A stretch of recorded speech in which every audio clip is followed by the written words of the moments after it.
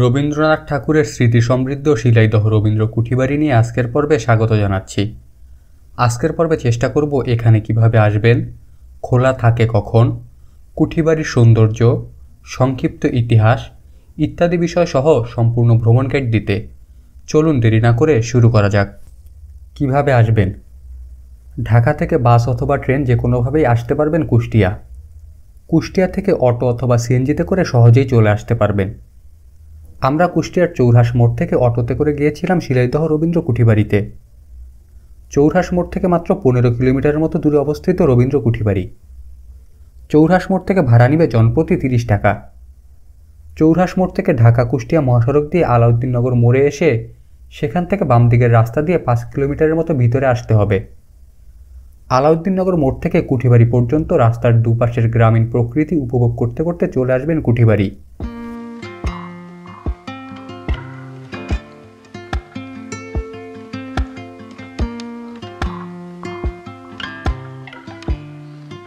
কুঠিবাড়ির সামনে আসতেই কুষ্টিয়ার বিখ্যাত কুলফি মালাই, তিলের খাজা ইত্যাদি হরেক রকম খাদ্য এবং পণ্য আপনার নজরে পড়বে। যদি সম্ভব হয় তাহলে এখানকার কুলফি মালের স্বাদ নিতে পারেন। এখানকার কুলফি মালের স্বাদ অনন্য। বর্তমানে রবীন্দ্র কুঠিবাড়িতে প্রবেশের টিকিট মূল্য দেশি পর্যটকদের জন্য 30 টাকা, প্রাথমিক স্তর পর্যন্ত শিক্ষার্থীদের প্রবেশ সম্পূর্ণ ফ্রি, মাধ্যমিক এবং উচ্চ মাধ্যমিক স্তর পর্যন্ত শিক্ষার্থীদের জন্য 10 টাকা, সার্কভুক্ত দেশের পর্যটকদের জন্য 200 টাকা এবং বিদেশি পর্যটকদের জন্য 400 টাকা। কুঠিবাড়িটি গ্রীষ্মকালে অর্থাৎ 1 এপ্রিল থেকে 30 সেপ্টেম্বর পর্যন্ত মঙ্গল থেকে শনিবার প্রতিদিন সকাল 10টা থেকে বিকাল 6টা পর্যন্ত খোলা থাকে এবং শীতকালে অর্থাৎ 1 অক্টোবর থেকে 31 মার্চ মঙ্গল থেকে শনিবার প্রতিদিন সকাল 9টা থেকে বিকাল 5টা পর্যন্ত খোলা থাকে। রবিবার সাপ্তাহিক বন্ধ থাকে এবং সোমবার খোলা থাকে দুপুর 2টা থেকে।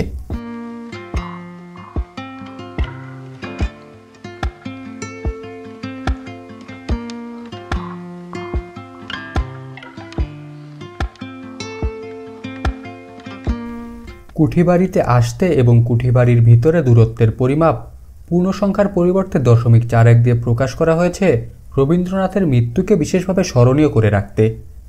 কুষ্টিয়া জেলার কুমারখালী উপজেলার শিলাইদহে অবস্থিত রবীন্দ্র কুঠিবাড়িটির আয়তন 11 একর। পদ্মার তীরে অবস্থিত শিলাইদহ কুঠিবাড়ি কুষ্টিয়া জেলার অন্যতম পর্যটক স্থল। শিলাইদহ নামটি আধুনিক। আগে এই স্থানটি খোরশেদপুর নামে পরিচিত ছিল। 19 শতকের মাঝামাঝি সময়ে এখানে একটি নীলকুঠি ছিল। শেলি নামের একজন নীলকর এটি নির্মাণ করেছিলেন বলে জানা যায়। গড়াই এবং পদ্মা নদীর মিলিত প্রবাহের ফলে সৃষ্ট গভীর একটি দহ অর্থাৎ ঘূর্ণিস্রোত থেকে গ্রামটি শেলিদহ নামে পরিচিতি লাভ করেছিল। কালক্রমে তা শিলাইদহ নামে পরিণত হয়। 1807 সালে রবীন্দ্রনাথ ঠাকুরের পিতামহ দ্বারকানাথ ঠাকুর এই অঞ্চলের জমিদারি লাভ করেন। পরবর্তীতে 1889 সাল থেকে 1901 সাল পর্যন্ত তিনি অনিয়মিত বিরতিতে এখানে অবস্থান করেছেন। তার অবস্থানকালে নানা উপলক্ষে এখানে এসেছেন স্যার জগদীশ চন্দ্র বসু, দ্বিজেন্দ্রলাল রায়, প্রমোদ চৌধুরী, মোহিতলাল মজুমদার প্রমুখ বঙ্গের খ্যাতনামা ব্যক্তিবর্গ। মূলত রবীন্দ্রনাথ ঠাকুর তার জমিদারির দাপ্তরিক কাজ পরিচালনা করতেই এখানে এসেছিলেন। এরপর থেকেছেন বহুদিন। কুষ্টিয়ার মাটি এবং নদীর প্রতি কবির মমতার কথা ফুটে উঠেছে তার বহু সৃষ্টিতে। কুষ্টিয়ার শিলাইদহের কুঠিবাড়িটি এখনও বহন করে চলেছে রবীন্দ্রনাথ ঠাকুরের বহু স্মৃতি। ধারণা করা হয় রবীন্দ্রনাথের বিখ্যাত কবিতা ছোট নদী কুষ্টিয়ার গড়াই নদীকে কেন্দ্র করে লেখা হয়েছিল। রবীন্দ্র কুঠিবাড়িতে রয়েছে একটি দিঘি। পুরো বাড়ির আঙ্গিনা জুড়ে রয়েছে অনেক গাছ। এই গাছগুলোর মধ্যে আম ও পাইন গাছের সংখ্যাই বেশি। এছাড়াও রয়েছে কাঁঠাল, নিম, কাঠবাদাম সহ আরও অনেক প্রজাতির গাছ। দিঘির দুই পাড়ে রয়েছে বসার ব্যবস্থা, যেখানে বসে বিশ্রাম নিতে পারেন। আমার কাছে কুঠিবাড়ির এই স্থানটি সবচেয়ে বেশি ভালো লেগেছে।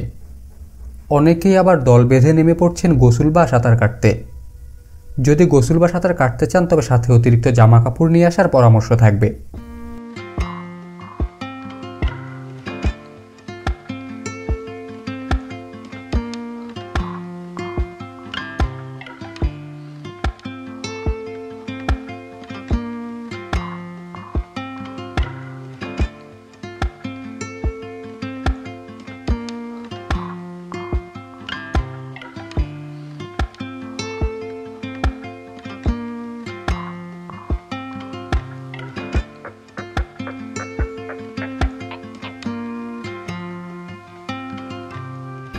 কুঠিবাড়ির দোতলা ভবনটি বর্তমানে জাদুঘর হিসেবে ব্যবহৃত হচ্ছে, যেখানে রবীন্দ্রনাথের ব্যবহৃত বিভিন্ন আসবাব, ইতিহাসের সাক্ষী বেশ কিছু আলোকচিত্র, পালকি, সিন্দুর, বজরা ইত্যাদি স্থান পেয়েছে।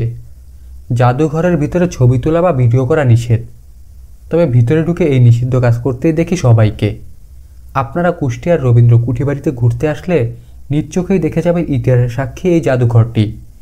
চলুন 1 মিনিটে শিলাইদহ রবীন্দ্র কুঠিবাড়ির সৌন্দর্য দেখে নেই।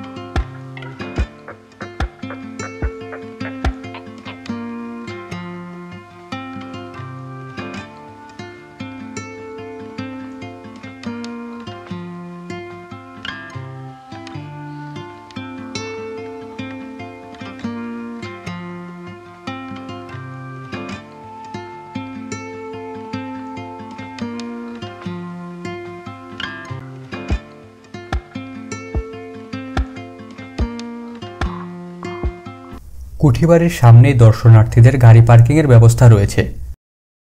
কুঠিবাড়ির মুক্তমঞ্চে কুষ্টিয়ার ঐতিহ্যবাহী নানা ধরনের গানের আড্ডা বসে প্রায়। সেই গান শুনতে শুনতে আজকের মতো বিদায় নিচ্ছি। শিলাইদহ রবীন্দ্র কুঠিবাড়ি নিয়ে আজকের পর্বটি কেমন লাগলো জানাতে পারেন আপনার মূল্যবান মতামত।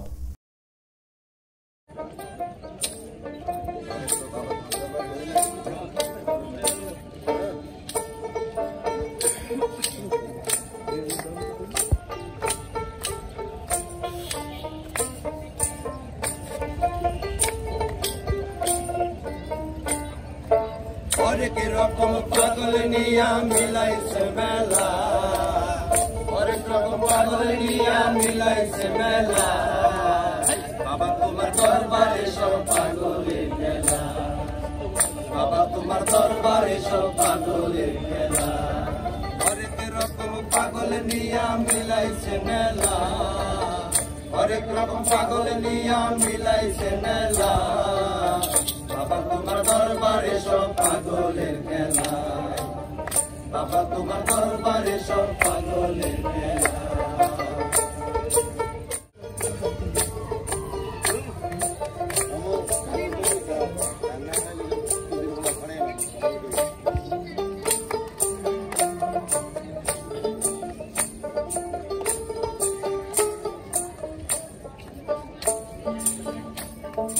বাবা আমরা তো পাগল বেশে, তাই তো এত পাগল আসে, বাবা আমরা তো পাগল বেশে, তাই তো এত পাগল আসে,